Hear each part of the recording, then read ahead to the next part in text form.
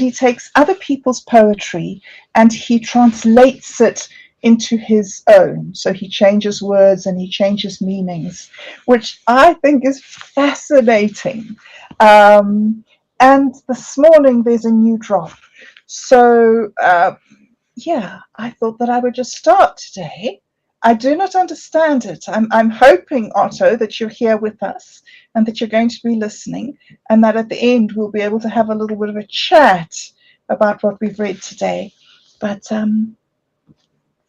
I do not understand this, although there are bits that I understand. So, as I say, written by Minds Gaming in his new book, The Ashes of Tales and Poems, and it's titled Poe Drops Again. And it says, "Ah, a dreadful night for the gallant older years, a dragon throne, winged, night light in shadows, and drowned in sorrow. Watch the play to see a theatre of dire and dreams, while the drums beat disjointedly the hymns of the realms.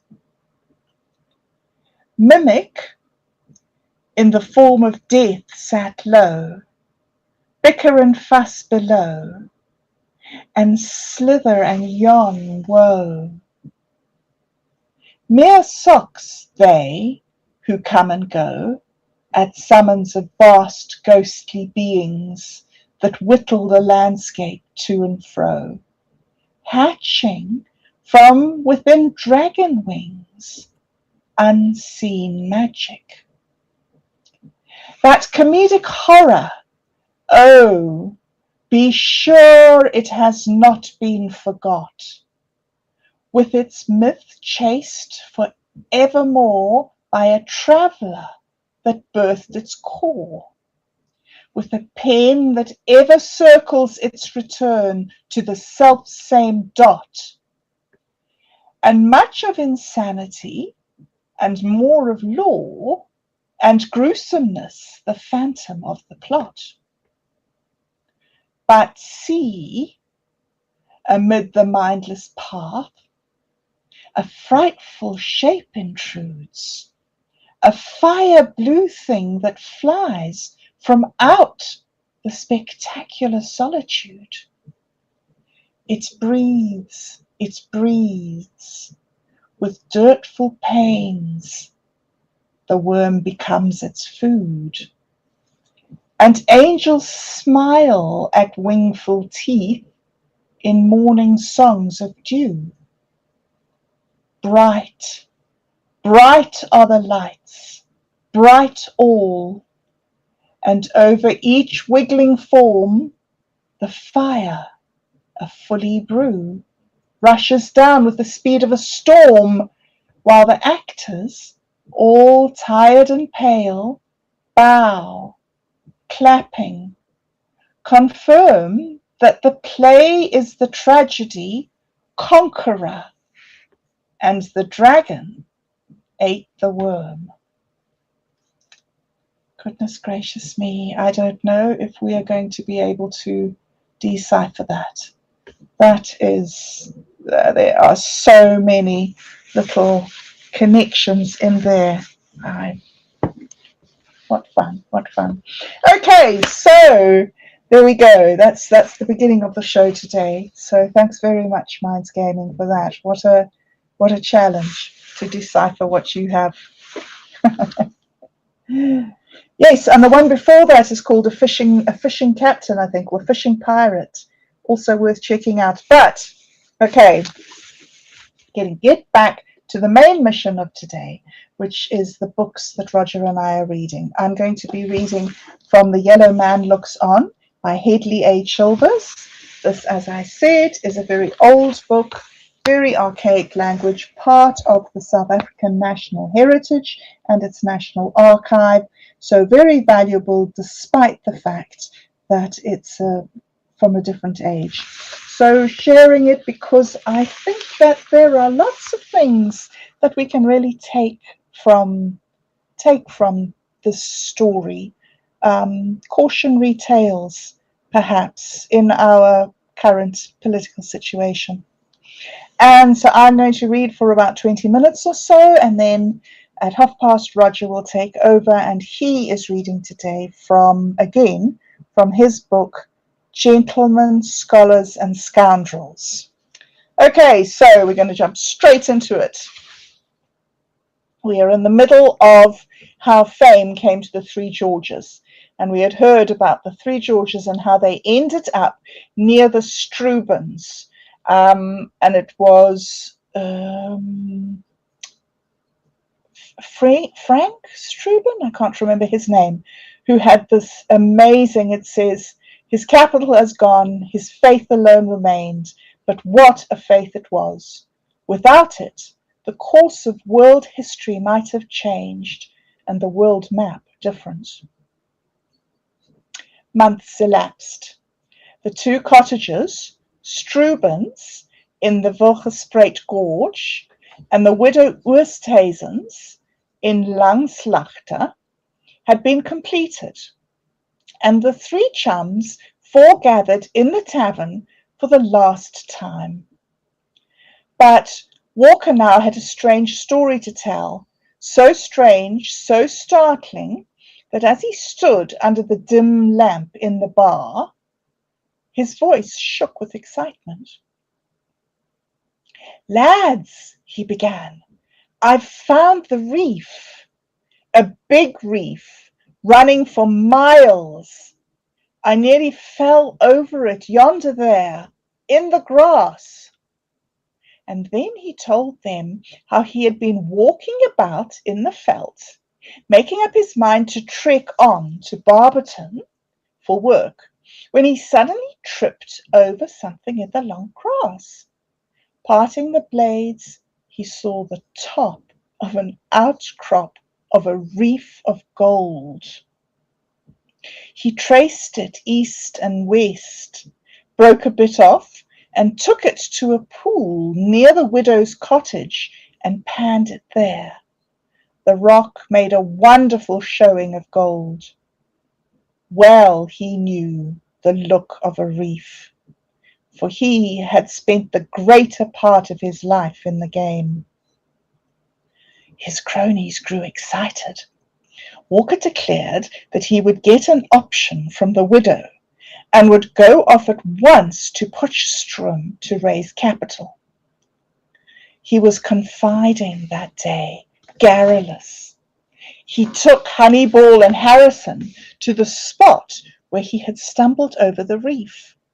Honeyball went out alone a little later and quietly traced the reef down into a hollow and across his aunt's farm. Walker had indeed struck it rich. He had found the richest gold region in the world. The value of its unminted content is perhaps 3,000 million sterling. And this, of course, is a year ago, that valuation. A year. 100 years. 100 years ago, valued at 3,000 million sterling. His discovery made big history. That it brought another sensational northward rush of fortune seekers from Kimberley into the little republic in 1886 was a small matter compared with what followed. As we have said, it brought Kruger and Rhodes into yet sharper conflict. And it led up to the Jameson Raid and the Anglo-Boer War. These in turn aroused ill feeling between King Edward and the Kaiser, their quarrel urging them to form the international coalitions which faced each other during the Great War. But the imposing story does not end even there. There is still the effect on the nations of the steady and vast increase in the world's gold output, which has since followed George Walker's discovery. It has been a great factor in determining the world gold prices, and it has certainly swayed the international gold crisis, which shook civilization when England and America abandoned gold in 1931 and 1933. The widow offered Walker his options. He tramped away to try and raise his capital. Hannibal, meanwhile, had a quiet talk with the widow. "Your farm is full of gold," he confided excitedly. "You mustn't sell it unless you get a big price for it." Once more he went back to the outcrop, knocked a bit off, and dashed over to Wilgespruit Gorge.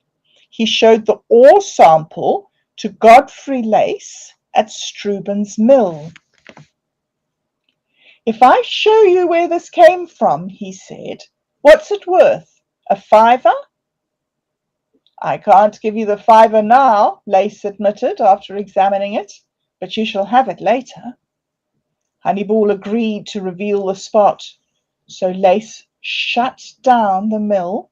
Struben was asleep in his new cottage, and he and Hannibal galloped across to Langslaagte, where Lace examined the ground and was astonished by the richness of the discovery.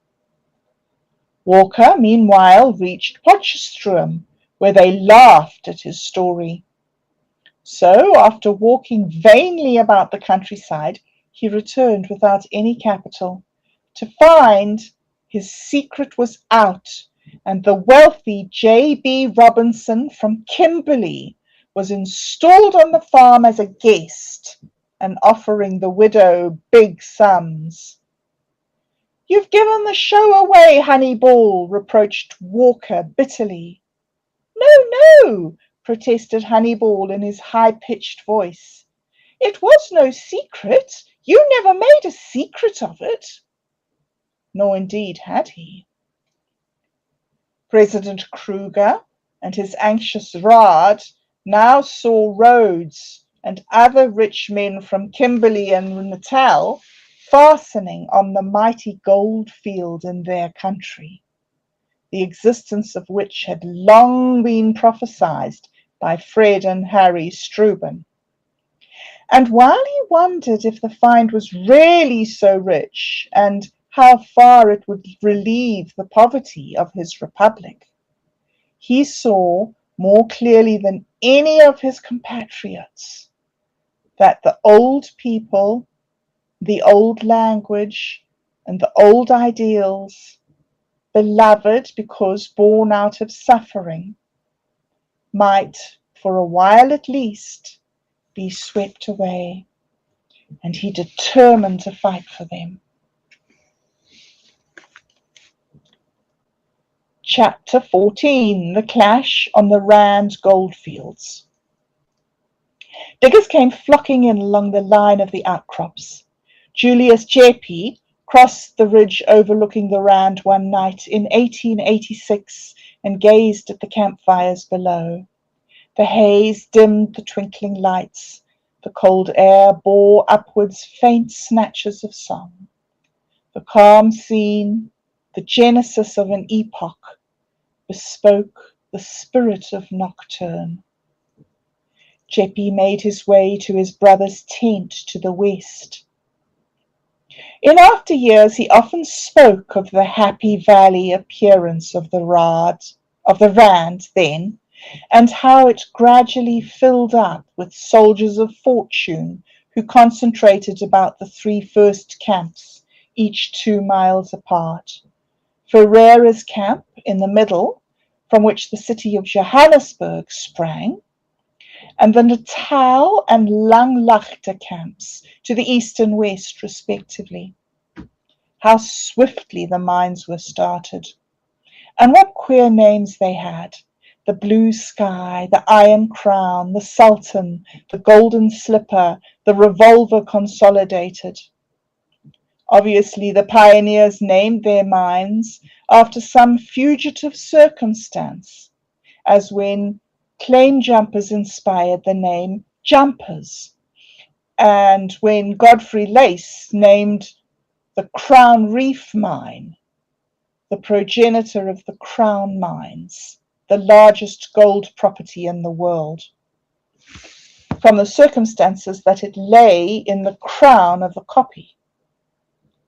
That strange name, the Chimes, was a joke on the part of the asbestos magnates, the Bells, who sponsored the original syndicate, while the Geduld was christened by President Kruger in a mood of homily, the name meaning patience.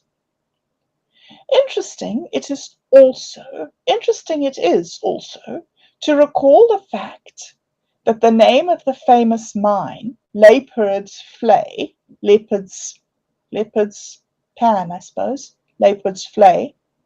derived from the wide, watery valley frequented by leopards in the early 80s.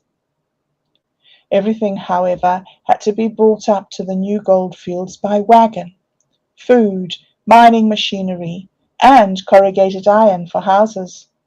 And so the dust of the ever-moving wagon and coach flamed over the northwards highways. The carcasses of oxen and mules, too, dotted the roads. Birds of prey, heavy, slow-winged, flapped lazily about. Cecil Rhodes came up many times. Once his coach broke down in a thunderstorm, and he was compelled to utilize an ox wagon and to travel on it for 36 hours, soaked to the skin. Many who reached the Rand in those first years grew famous.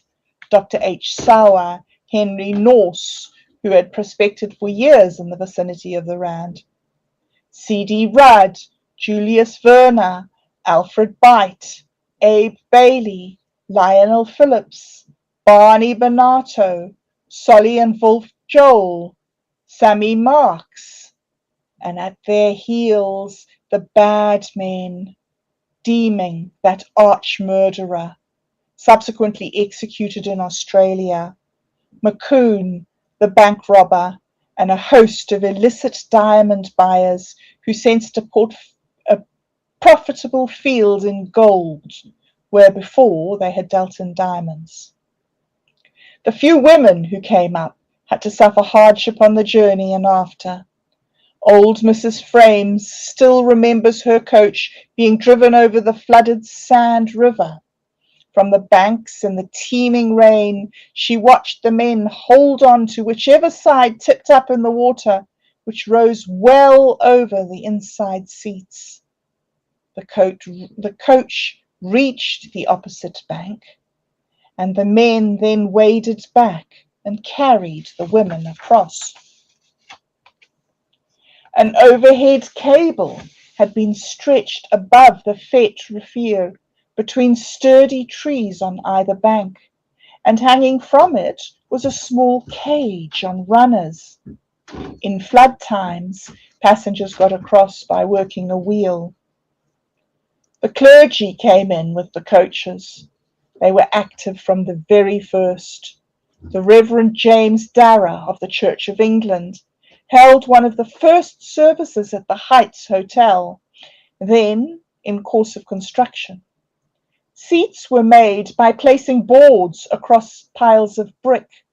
The audience was exceedingly mixed. A 70-year-old ex-actress named Ebden was present, one who had made an earlier reputation on the Kimberley fields. She brought with her dog, a fox terrier named Moses. It is recalled that the reverend gentleman unfortunately chose his text as Exodus 23, verse 5. For the Lord had said unto Moses, say unto the children of Israel, ye are a stiff-necked people. I will come up into the midst of thee in a moment and consume thee. In the course of an eloquent oration, largely concerned, of course, with the doings of Moses, Darrah had the occasion to mention the name of the Jewish prophet many times. The fox terrier, hearing his own name thus thundered out, went running up to the parson and stood barking and wagging his tail. The hilarity of the congregation was followed by the collapse of several seats with their brick supports. Rhodes, anxious to secure a big gold mine holding, was nevertheless dissuaded at first by his experts, who had no faith in the fields. Yet his own instincts urged him to buy. He acquired interests which, together with those of Rudd, enabled him to found the Goldfields of South Africa, the house which subsequently became Consolidated Goldfields of South Africa. This established him as firmly on the Rand as the Chartered Company and De Beers had established him in Rhodesia and Kimberley. Kruger watched the vast influx closely. No doubt he was the more concerned to find that Rhodes, who had beaten him once over the Bechuanaland corridor, was a powerful figure on the Rand. Rhodes was soon to clash with him again.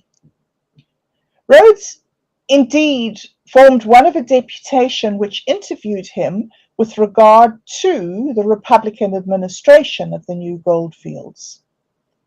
At this meeting, momentous in its conflict between the two men of such outstanding force of character, they fought on the very principles which afterwards led to the Second Anglo-Dutch War, namely the rights of the diggers or Uitlanders. They met at Kruger's house. The president himself received them, Rhodes, J.B. Robinson, and 4 other delegates in Pretoria. He met them at his front door and led them to the extreme end of his sitting room, where he settled himself in a large easy chair. He glanced at Rhodes and the others and said in his thick, guttural voice, "Sit down." The president filled his pipe, sat back, and began smoking. Nobody spoke for a while. Rhodes regarded Kruger curiously as the older man pushed back the brim of his black beaver hat and stared at the wall. Rhodes was introduced by Robinson as a member of the Cape Ministry. "Yes, yes," said Kruger impatiently. "Let him speak."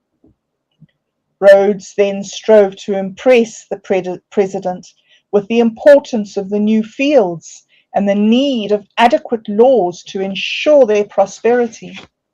He spoke boldly, without making concessions to the inflexible presidential character. Kruger pointed the stem of his pipe at his rival as he sat down.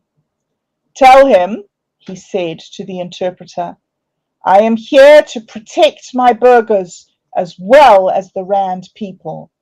I know what I have to do, and I will do it." Rhodes resolved to press on with his railways. Though industry does not necessarily follow railways, railways usually follow industry.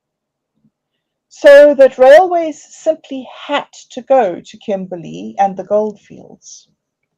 The railway from Cape Town to Kimberley, 647 miles, was opened in 1885, and that to the Rand goldfields via the Cape and Kimberley, 956 miles, was opened in 1892. Kruger always called this Rhodes's line, and he determined to smash it at all costs with a shorter line from Delagoa Bay on the East Africa coast. He felt that the shorter distance would mean cheaper rates. All other things being equal, of course, it would have been so, but The Rhodes line was run so much more efficiently, and the capital expenditure per mile had been so much less, that these factors more than overcame any advantages conferred by the shorter distance. So, to the president's surprise, most of the traffic came to the goldfields over Rhodes's route. Kruger retaliated by making the rates enormously heavy for that section of the Rhodes line which travelled through his Republican territory, from the southern border to the Rand. Moreover, he delayed traffic by blocking the line with empty trucks. Rhodes retorted by organizing a fast wagon service to the Rand from the border. In this way, he still retained the bulk of the traffic. Kruger closed the drifts. His edict stopped the wagon traffic. Rhodes appealed to the imperial government. The latter promptly declared the closure of the drifts to be a contravention of the London Convention, and announced that a failure to remove the edict would be regarded as an act of war. Kruger climbed down, and thus the second round in the long fight went to Rhodes. Awesome. Okay, I think I'm going to stop there for today. That was an interesting insight into the beginning of some of the biggest companies in the world today. Quite fascinating, really, how just ordinary men are there. So I'm just going to check to see. Aha, Marshall is here with us. Yay! So great to have you here, Marshall. Thank you. No questions. So we will talk at the end, which means that I'm ready to hand over to you, Roger. Thank you so much. Can you hear me now? I can hear you, yes. Okay. So this is highbrow, lowbrow, and middlebrow from Gentlemen, Scholars, and Scoundrels. We're on 3, on page 43 of the book. Okay, here we go. The highbrow's friend is the lowbrow. The highbrow enjoys and respects the lowbrow's art, jazz, and for instance, which he is likely to call a spontaneous expression of folk culture. The lowbrow is not interested, as the middlebrow is, in preempting any of the highbrow's function or in any way threatening to blur the lines between the serious and the frivolous.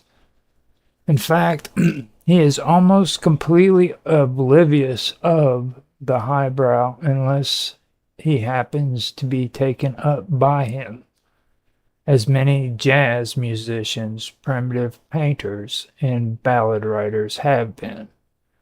And then he is likely to be flattered, a little suspicious, and somewhat amused. A creative lowbrow, like the jazz musician, is a prominent citizen in his own world, and the fact that he is taken up by the highbrows has very little effect on his social standing therein.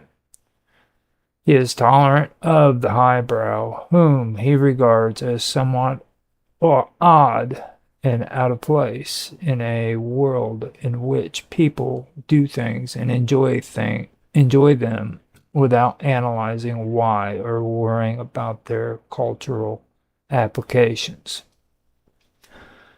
The lowbrow doesn't give a hang about art, qua art, about art. No, he doesn't give a hang about art, qua art. He knows what he likes, and he doesn't care why he likes it, which implies that all children are lowbrows. The word beautiful, which has long since ceased to mean anything to the highbrow, is a perfectly good word to the lowbrow. beautiful blues, beautiful sunsets, beautiful women, all things that do something to a man inside without passing through the mind, associations without illusions, illusions without implications. The arts created by the lowbrow are made in the expression of immediate pleasure or grief, like most forms of jazz, or of usefulness, like the manufacturing of a tool or a piece of machinery, or even a bridge, across the Hudson. The form to use a highbrow phrase follows the function. When the lowbrow arts follow his formula, which they don't always do, then the highbrow finds much in them to admire, and he calls it the vernacular. When, however, the lowbrow arts get mixed up in middlebrow ideas, with middlebrow ideas of culture, then the highbrow turns away in disgust. Look, for example, at what happened to the circus, a traditional form of lowbrow art. They got into Norman Bell Gids to fancy it up. They got in Norman Bell Giddis to fancy it up, and now its special flavor of authenticity is gone, all wrapped up in pink middlebrow squins. This is not to say that the lowbrow doesn't like it just as much as he ever did. It is the highbrow who is pained. Part of the highbrow's admiration for the lowbrow stems from the lowbrow's indifference to art. This makes it possible for the highbrow to blame whatever he doesn't like about lowbrow taste on the middlebrow. If the lowbrow reads the comics, the highbrow understands. He is frequently a connoisseur of the comics himself. But if he likes grade B double features, the highbrow blames that on the corrupting influence of the middlebrow moneybags of Hollywood. If he participates in giveaway quiz programs, it is because the radio pollsters have decided that the average mental age of the listening audience is 13, and that radio is venal for taking advantage of the adolescents. The lowbrow consumer, whether he is an engineer or of bridges or a bus driver, wants to be comfortable and to enjoy himself without having to worry about whether he has good taste or not.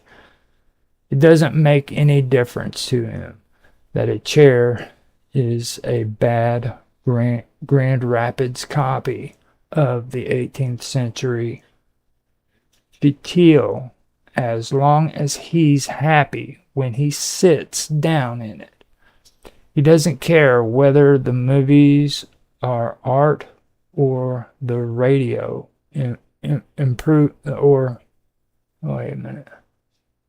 He doesn't care whether the movies are art or the radio improving, so long as he has fun while he is giving them his attention and getting a fair return of pleasure from his investment.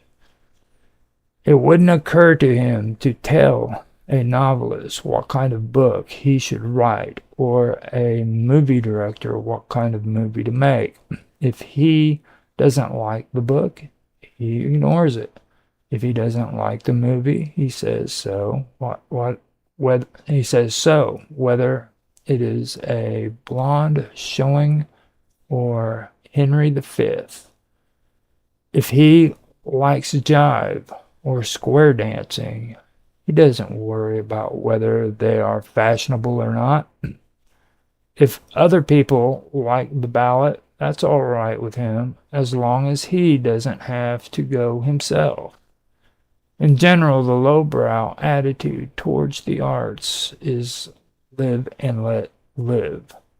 Lowbrows are not Philistines. One has to know enough about the arts to argue about them. With highbrows to be a Philistine. The popular press, and also much of the unpopular press, is run by middlebrows, and it is against them that the highbrows invade. The Truth Battle. Virginia Woolf wrote in an unmailed letter to the New Statesman, lies not between highbrow and lowbrow, but between highbrow and lowbrows joined together in blood brotherhood against the bloodless and pernicious pest who comes between. The pests divide themselves into two groups, the upper middlebrows and the lower middlebrows. It is the upper middlebrows who are the principal purveyors of highbrow ideas, and the lower middlebrows who are the principal consumers of what the upper middlebrow pass along to them. Many publishers, for example, are upper middlebrows, as are most educators, museum directors, movie producers, art dealers, lecturers, and the editors of most magazines which combine national circulation with an adult vocabulary. These are the men and women who devote themselves professionally to the decimation of ideas and cultural artifacts, and not in the least incidentally make a living along the way. They are the cultural do-gooders, and they see their mission clearly and pursue it with determination. Some of them are disappointed highbrows. Some of them try to work both sides of the street. Nearly all of them straddle the fence between highbrow and middlebrow and enjoy their equivocal position. The conscientious publisher, for instance, believes in the importance of literature and the dignity of publishing as a professional. He spends a large part of his time on books that will not yield him a decent return on his investment. He searches out writers of promise. He pores over the little magazines, or pays other people to. He leafs through hundreds and hundreds of pages of manuscripts. He advises writers, encourages them, coaxes them to do their best work. He even advances them money, but he is not able to be a publisher at all unless he is willing to put his personal fortune at the disposal of financially naive muses. If he does not publish to make money. In order to publish slender volumes of poetry, he must also publish fat volumes of historical romance. and in order to encourage the first novel of a promising young writer, he must sell tens of thousands of copies of a book by an old hand who grinds out one bestseller a year. He must take the measure of popular taste and cater to it at the same time that he tries to create a taste for new talent. If he is a successful publisher, he makes money, lives comfortably, patronizes the other arts, serves on museum boards and committees for the prevention of this and the prevention of that, contributes to the symphony, and occasionally buys pictures by contemporary painters. The highbrow suspects that the publisher does not place his book lined office contriving ways to serve the muses, and that these same muses have to wait their turn in line until the balance sheet has been served. He believes that the publisher is really happy only when he can sell a couple of 100,000 copies of a novel about a hussy with a horsewhip, or a book on how to look 40 when 45 or how to look 40 when 45. To the highbrow, he is a tool to be cultivated and used, but not to be trusted. The museum director is in much the same position, caught between the muses and the masses. If he doesn't make a constant effort to swell the door count, his middlebrow trustees want to know why he isn't serving the community. If he does, the highbrows want to know why he is pandering to the popular taste and not minding his main business, the service of scholarship in the support of artists currently certified to be serious.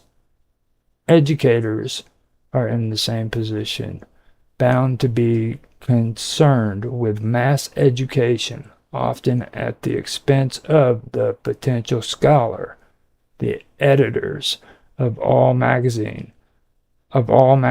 except those supported by private angels or cultural institutions, know that they must not only enlighten but entertain if they are to have enough readers to pay the bills.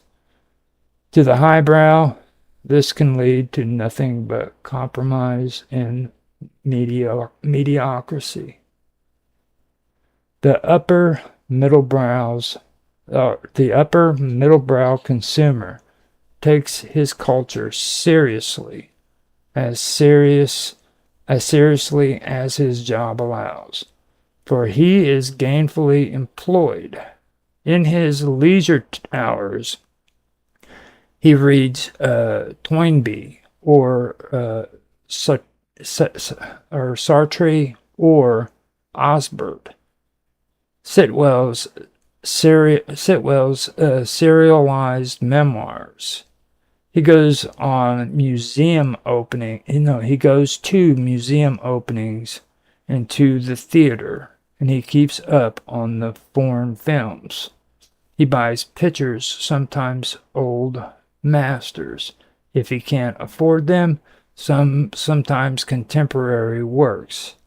He has a few etchings and lithographs, and he is not above an occasional color reproduction of Van Gogh or Cézanne. Writers and painters are his friends and dine at his house. If, however, his own son were to express the interest in being an artist, he would be dismayed. So few artists ever really pull it off. Though he would keep a stiff upper lip and hope the boy would learn better before it was too late. His house is tastefully decorated, sometimes in the very latest mode, a model of the modern architect's dream of functionalism, in which case he can discourse on the theory of the open plan and the derivations of the international style with the rest of the uncertain vocabulary of a convert. And in his house, no, if his house is traditional in character, he will not put up with Grand Rapids copies of old pieces. He will have authentic ones and will settle with Victorian if he cannot afford Empire. He or his wife will ransack second-hand shops for entertaining biblets and lamps, or a piece of Brussels carpet for the bedroom. He never refers to curtains as drapes. He talks about television as potentially a new art form, and he listens to the Saturday afternoon opera broadcasts. His library contains a few of the more respectable current bestsellers, which he reads out of curiosity rather than interest. Membership in any sort of book club he considers beneath him.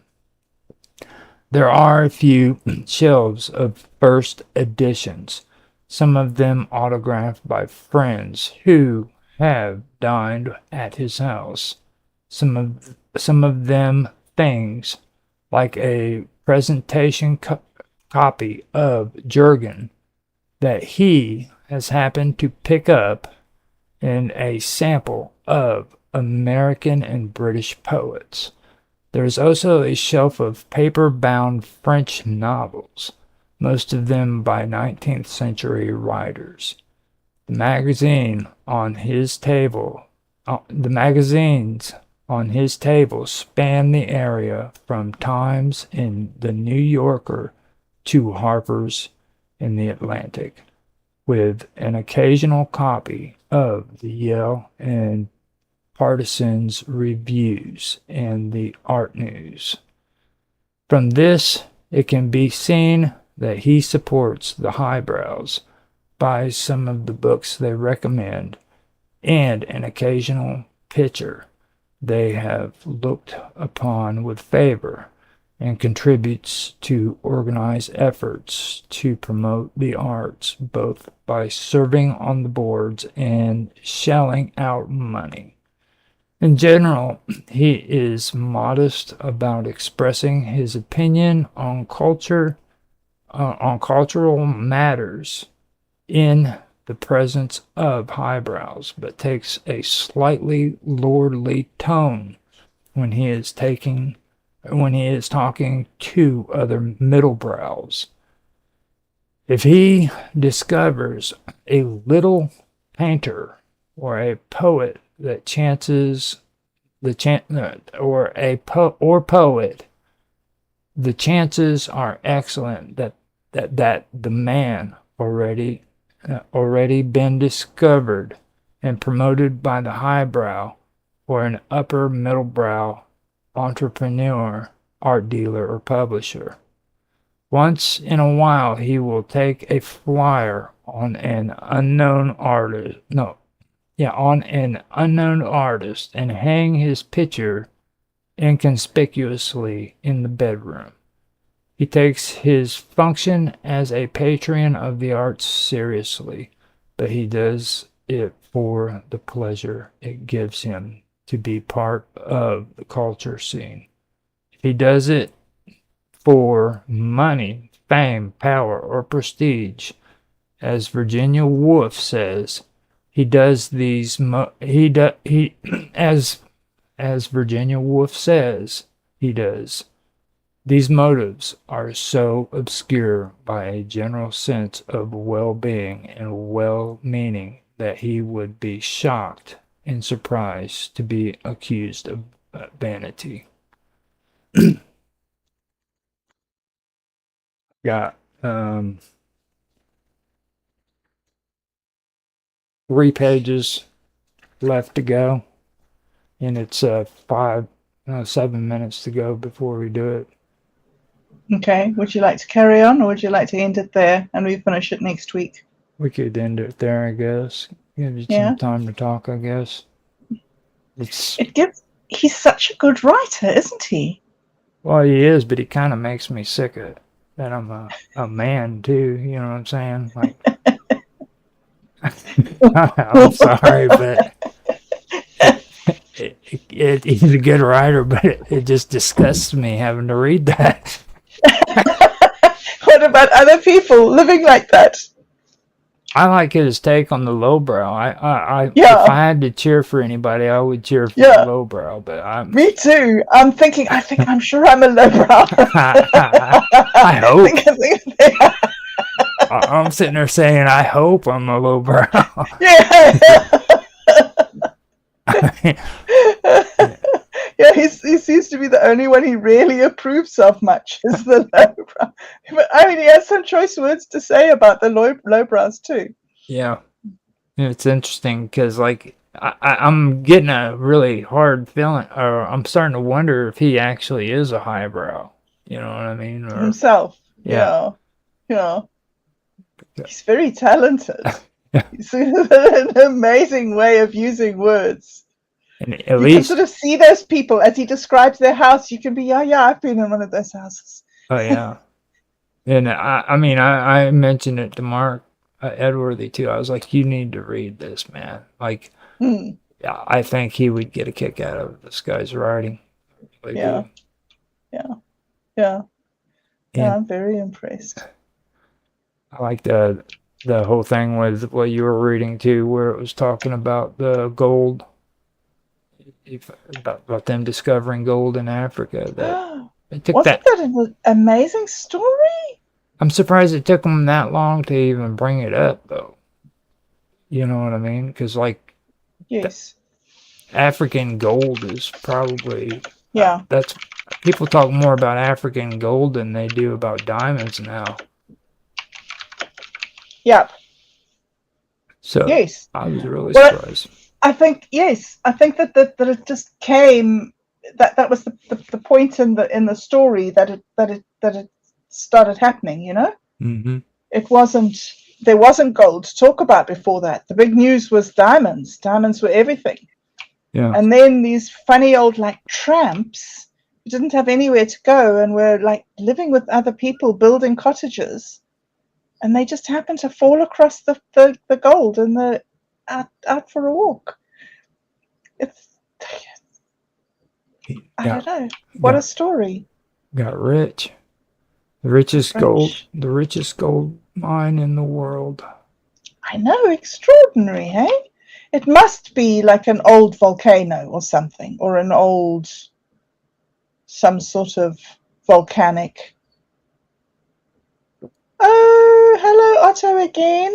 Did he finally say something? Oh, there he is. He came in. Can you hear me? Yes, we can hear you. How lovely to have you with us. Lovely to be here. When you mentioned the volcano, couldn't resist. You're thinking of diamonds. Oh, yeah. Diamonds are found in volcanic vents in the blue clay. Mm-hmm. Right.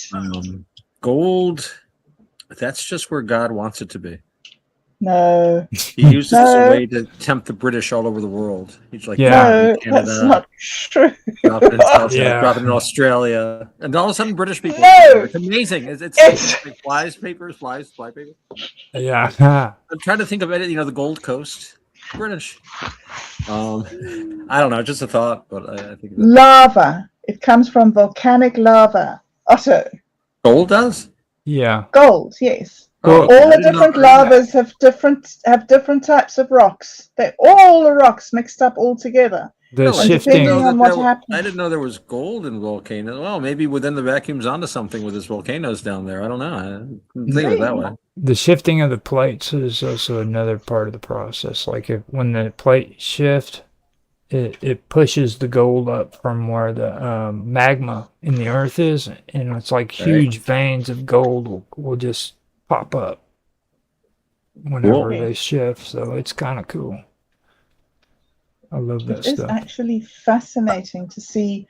I mean, to think that the lava, I would have thought that if the middle of the world was all just like a big mixture of all the different minerals, then when they cooled down, there would just be little bits of each. But there's one section that's gold, one section that's silver, one section that's uranium. I think they're going to cool at different rates and in But what I different mean places. is they're not all mixed together, Well, the thing is that Otter. as if Here is gold and here is uranium. How does the uranium know to cool out of the lava? Yeah, you remember well, I mean, the before different diamonds, it's actually coal. yeah, it's carbon. No, what it has to do. I think I'm just guessing. I'm not the geologist in the family, but So diamonds are as not temperatures volcanic. reduce, well, diamonds are found in Diamonds are volcanic not volcanic. vents. No, they're not made by No. volcanoes, but they're found in volcanic vents filled with blue clay, I believe. Yeah. Roger is right. No, Roger is right. The pressure. Volcanoes are carbon. They're an old lake or an old deposit of some organic material that's got squashed by the pressure of the earth. Right. And the pressure of the earth has transformed the structure from.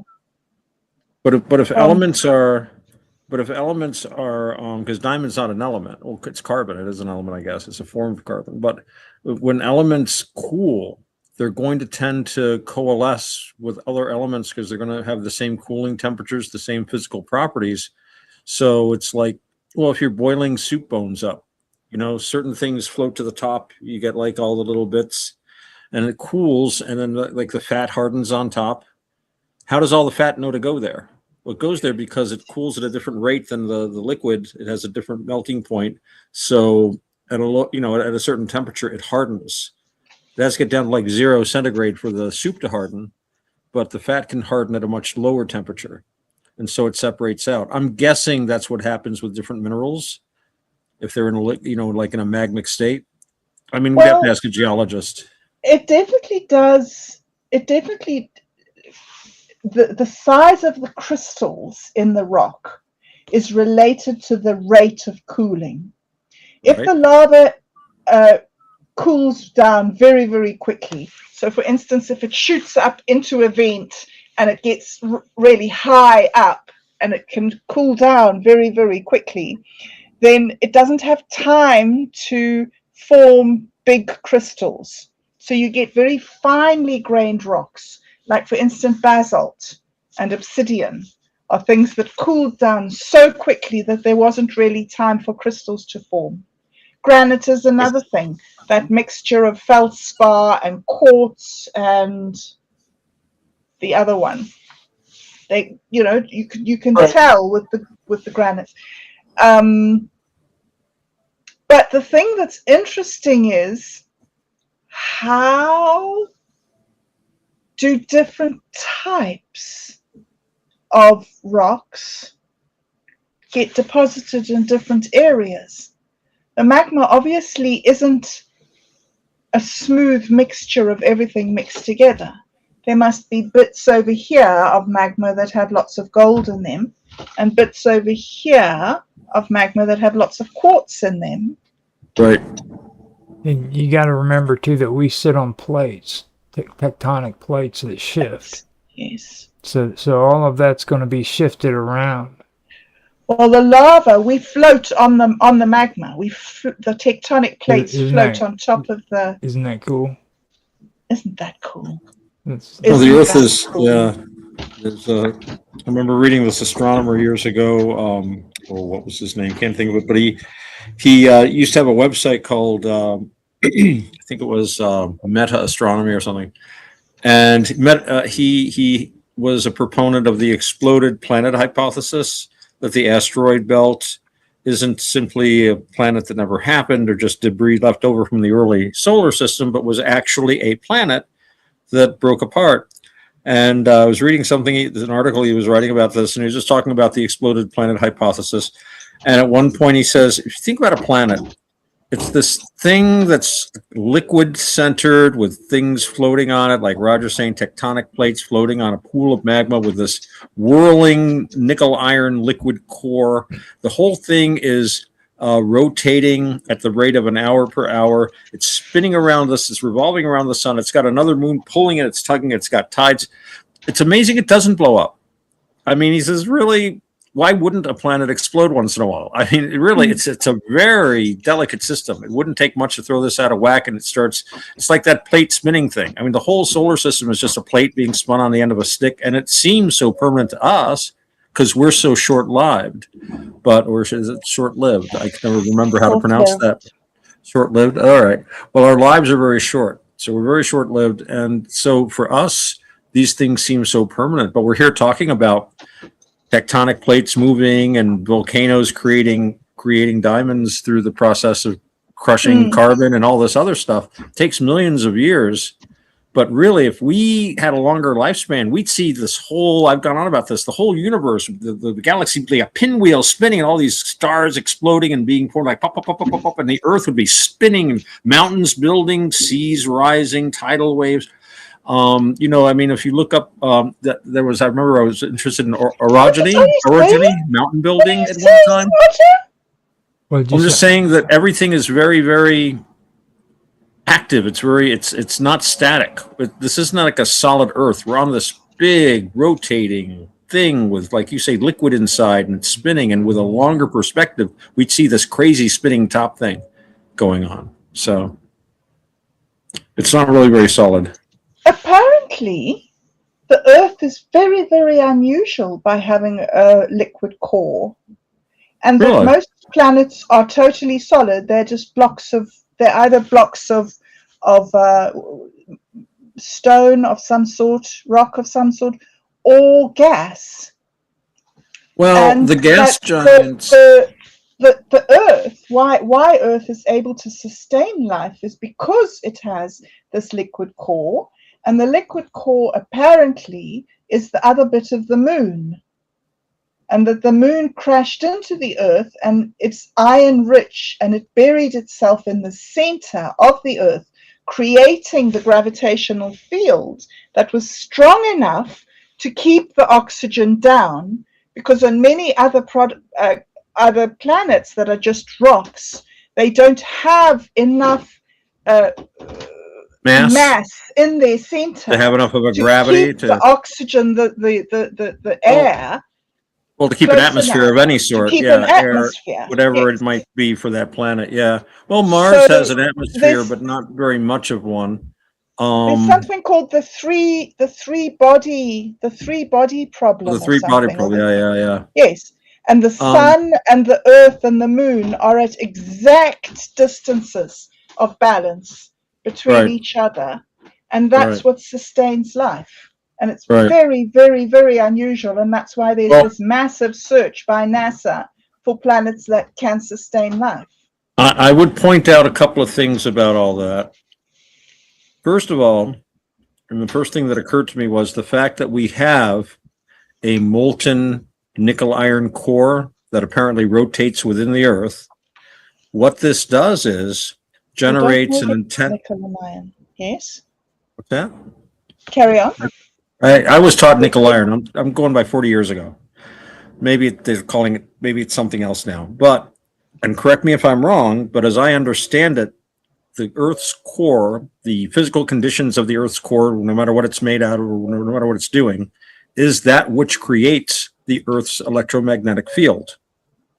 Without the Earth's electromagnetic field, we would look like the moon because we'd be being bathed in hard radiation. You know why the moon is all gray like that? The radiation just breaks down the rocks over millennia. It's just all just hard radiation, hard radiation. I mean, it would break you down into like, it would be, if you went out into the universe without, the kind of protection they have, biological life cannot exist with this bombardment of radiation. So that core is central to us having life here.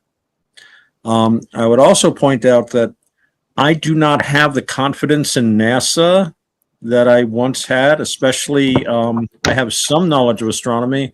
I don't read the journals much anymore, but I read some of the more recent writers. And one of the things I've noticed about this, like, first of all, when we start talking about the Earth being amazingly unique, we are talking about only the solar system, right? So, yeah, the Earth is very unique in the solar system, obviously, especially with the moon. The universe. Well, let's get to the universe in a moment. But we were kind of talking about the books. Well, let me finish what I'm saying, okay? I'm almost done, and then you can, The other thing I was going to say then, we'll move on then to the universe. I do not trust NASA's ability to detect other planets and things. 99% of this stuff is modeling on computers. I know they've done wonderful things, and they come out with a headline that says, "We have found a black hole." Oh, black holes again, right? Or they had a picture of a black hole. They had a photograph of a black hole. What they did was goldfields. All right. Goldfields. Remember goldfields and highbrow and lowbrow. Right. Okay. I'm totally confused now. Well, we just kept going from the creation of gold and the creation of diamonds. And you were wondering how gold knew to, be different from uranium or something like that when it cooled, if it was all mixed up. And then you talked about the moon and the Earth's core and the gravity.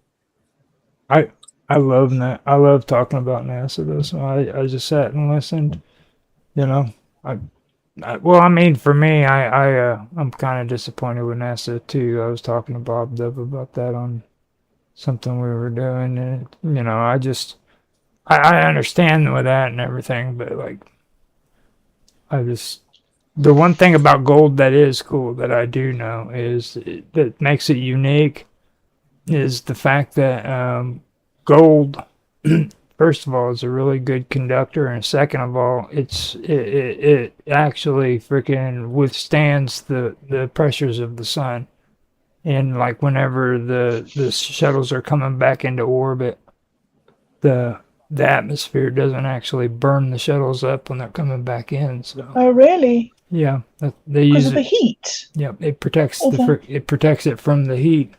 Actually, you said that to me before. That's what you said before, isn't it? That they use the gold. I thought that they used the gold on the computer chips. They do. Because it doesn't corrode. All of it. You know where they also use gold is on the visors of the astronauts' helmets. At least they used to for the Apollo program. I don't know what they do now, but those pictures of the astronauts where you see the whole moon's surface, they made that reflecting glass out of gold. Yep. Goodness me, how fascinating. Possibly dug in South Africa. And getting back to that, when I was listening to the account of Kruger meeting Rhodes, I liked the fact that they pointed out that he was using his pipe to make a point. There is actually a pipe named after, it's called the Paul. And it's a sort of, that might be my next investment, is an Paul pipe. It is the distinctive shape that he smoked. So I think that Roger really, really doesn't like Paul. Well, hey, Roger. The Dutch were scoundrels. even the League of Extraordinary Gentlemen confirms that the Dutch were scoundrels. The Dutch were very. I think that you can't say that about a whole race. Sorry. It's just like. The Dutch aren't like an entire race. That's I get away with it with the French. I can do it with the Dutch. Come on. I know that the Dutch East India Company was a bunch of scoundrels. Yeah, they were. So I think they were definitely scoundrels. Yeah, the Dutch had a tendency to be very brutal in their colonial ventures compared to others. Yeah. People flocked to be part of the British Empire just to get away from the Dutch. Yep. Especially, I'm thinking of some events in Southeast Asia when the Dutch East India Company and the British East India Company were in direct competition, and even open warfare for a while. And neither of them were particularly nice, but apparently the Dutch showed up and they were like, "Hey, we're much nicer than the Brits." Yeah, right. What you are For a little while. They actually hired Japanese samurai, Ronin, as part of their security forces. The Dutch did, because they had early contact with Japan, so they were actually using Japanese mercenaries. So they got a little practice for World War II. And apparently the Japanese soldiers behaved much the same way they behaved in World War II towards the local population. But this might have to do with the Dutch experience. You know, I'd been seeing this thing about how they were having in the religious wars in Holland. I'm simplifying this, but it's, you know, Catholic versus Protestant. When the Catholics were in power, they burned every Protestant they could get a hold of. Not just but like just people that were Protestant. And then when the Protestants took power, they did the same thing to the Catholics.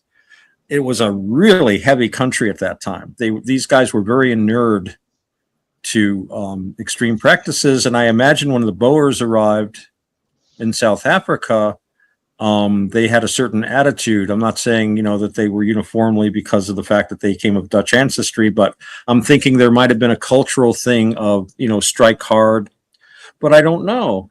You know, from their perspective, it's very different. You can tell Paul is trying to really protect his people. He's trying to protect what he has. I think what we fight about or what we argue with is his attitudes, his ideas, and his values, which were to him very normal, and had sustained his people in a, you know, through conditions that I can't imagine trying to settle a place like that and live in it. And I wouldn't want to live like a, you know, Dutch Reformed Church going Boer, living under those conditions. I don't like the, you know, a lot of the aspects of the culture are alien to me as an American. But I can understand a guy who was very tenacious guy. And people needed someone tenacious at that time. You know, the British juggernaut was rolling in, and I think everyone kind of knew, I mean, it's the British Empire. At that time, the biggest thing on earth. You know, it was kind of like, you know, you know, Reagan invading Grenada. What? You remember that? Not quite. And they did a hell of a lot better. Yeah. Well, I am going to end the stream. Thanks a lot, guys, for chatting afterwards. I think that we can sit and chat afterwards. But for now, I want to just thank everybody who joined us. Thank you for coming. Thank you for listening, and we'll be back again next week. All right. See ya. Bye.